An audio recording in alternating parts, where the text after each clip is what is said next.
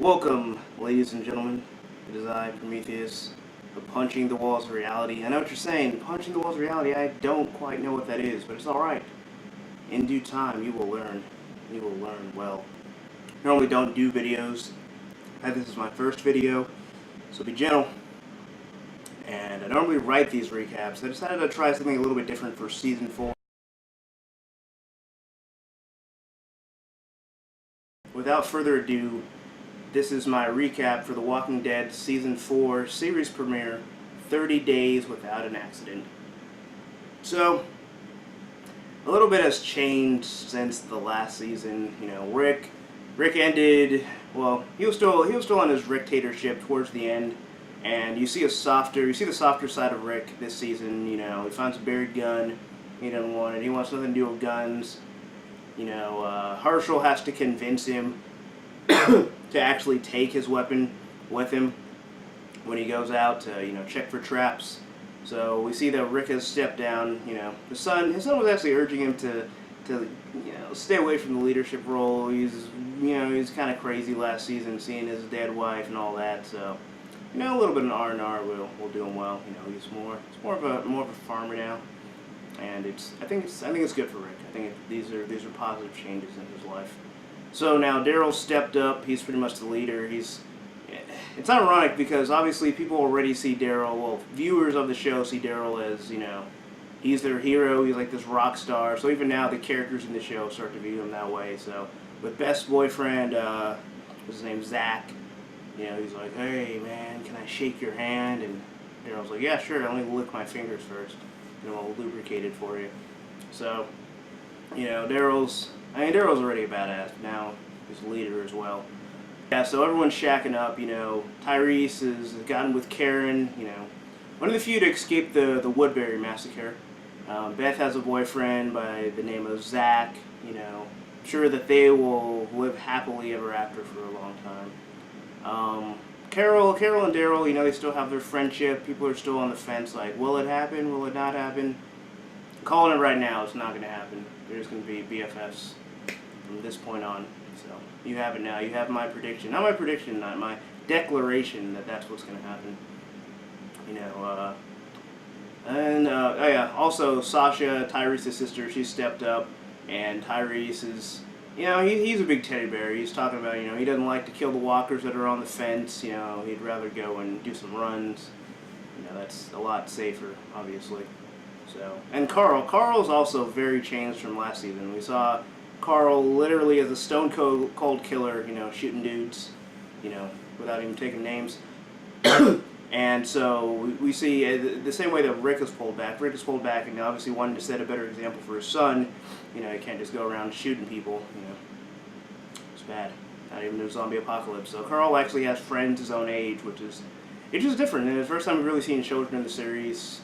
I mean, they were around in Woodbury a little bit, but they didn't really play a prominent role since, I would say, Sophia. So Carl has a friend now, and his friend pretty much looks like Harry Potter. Some people have said, you know, or Milhouse from The Simpsons. You know, pick your poison. So they're buddies, and so basically, I would say there's three major plot threads that run through this episode. I'll start off with Rick's little side adventure excursion beyond the fence. So Rick goes out there. He's supposed to check traps, make sure the walkers don't, you know, take all their game. So along the way, he finds a dead deer that's about to be eaten by what looks like a walker. And it turns out it's actually a woman who's very, very dirty and very disturbed. So anyway, so he starts talking to her, and we're just going to call her Zombie Lady because I don't know what her name is. And I don't know. The second they introduce this character, I'm just waiting for her to just attack Rick and just rip his throat out, because I'm thinking just like George Romero, like they're just talking zombies now, because I was not convinced until the end that she was actually a breathing human being. So very, very disturbing individual. So basically, Rick's talking with her. You know, he wants her, you know, don't try anything because I'm Rick Grimes and I'll blow your brains out. So she's like, oh no, you know, I just need a friend, you know, my husband helped take care of me and all this and that. And Rick's like, alright, well when I get there I'm going to ask you and your husband 3 questions, you know, answer me these questions 3. So they're walking through there, and they finally get back to her camp. She's living out of a tent. And, her husband, kind of a walker, kind of a severed head. You don't actually get to see his head, but, it's there. You just have to trust us. So, she lunges at Rick with a knife. Rick's just like, get off me. I've dealt with worse. And so she's just like, oh, I just wanted to feed you to my husband. Can you not be so difficult about this? And she's like, never mind. I'm just going to commit seppuku. So she just stabs herself in the stomach. She's like, oh, that really fucking hurt. Why did I do that? So, and then, Rick pulls his gun out and all that. And she's like, well, I'm going to die anyway, not that it matters. But what are these 3 questions? He's like, hey, how many walkers have you killed? How many people have you killed? And I forget what the third one is. And then like, what do you left on your pizza? Something. I don't know. I'm sure it was important. So anyway, as the whole point of this whole thing, shows that Rick has opened up. He's not the closed off person, pretty much psychopath that he kind of was in season 3. He's softened his heart and he's trying to let people in, but he's still cautious. Still has to be on the lookout for crazy women because obviously they seem to be drawn to him. I mean, he seems to be drawn to them. So that's pretty much Rick's story.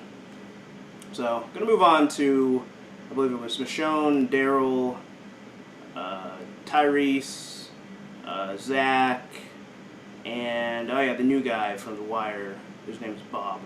So they decide they're gonna go on a run. Oh, and Sasha. So Bob comes up and he's like, hey, I want to earn my keep, man, and Glenn vouches for him, or whoever it was. It's like, oh yeah, he was a medic in the Army, so obviously that qualifies him to scavenge. So they go to an abandoned store. Previously they had used a radio to draw the walkers out of that area, so they're thinking, alright, so all we gotta do with the walkers that are inside of the store, so they think. So they go, they do their whole knock on the window, wait for the walkers to come up there, pretty much it's a shooting gallery from there. Take them all out so they can just shop to their heart's content without the disturbance of walkers.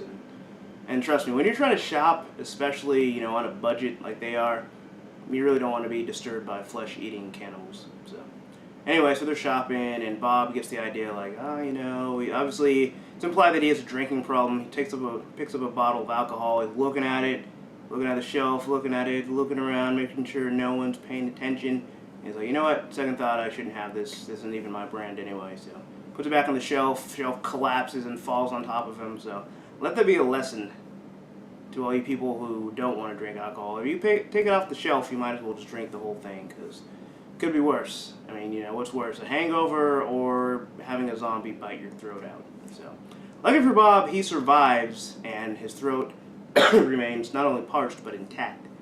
So so anyway, so the shelf falls, and this leads to a bunch of walkers that were having a hangout on the roof of the building, unbeknownst to everyone inside. Apparently there's a crashed helicopter and just mayhem on top. So obviously the building has suffered some water damage, and they start falling through the floor like, I don't know, like walker paratroopers or something. So they're falling through, and everyone's like, oh my god, I thought this was for clear walkers. There's walkers everywhere, so I guess we gotta start killing these guys. So they're fighting their way out. Bob's under the shelf like, hey, you guys forget about me? I know I'm new to the show, don't we die yet? So they help him out, and as they're leaving, Zach gets ankle bitten. And then, obviously the 1-2 punch combo zombies love is the ankle bite and then the throat bite. And it's pretty much all said and done for him. So they're like, well, hardly knew you, Zach. I guess Beth is available now. So they all run out of there. When they get back, Tyrese is like, you know what, I don't like runs either. I don't want to kill the zombies on the fence. I don't like runs. I'm just going to take up knitting or something. I don't know. I don't know what to do with myself in this reality. So Daryl goes to break the news to Beth. It's like, yeah, so you notice we're all back, and Zach hasn't come to see you just yet. And she's like, yeah, he's dead. Whatever. Glad I didn't say goodbye anyway. And so she takes her little sign off her wall, days without incident, or days without accident, and now it's now it's down to 0. So anyway, I think she was happier just burying her head in Daryl's chest and just feeling safe. The type of safety that Zach just couldn't provide. That's at least my assumption. I don't know for sure. I don't know about the subtext, but that's what I assume. So she's not all that broken up about it, so neither should you, audience. So And there's the other aspect of this episode. So Carl is hanging out with his buddy, Milhouse, we'll just call him. And Milhouse is like, hey, I'm going to go to story time.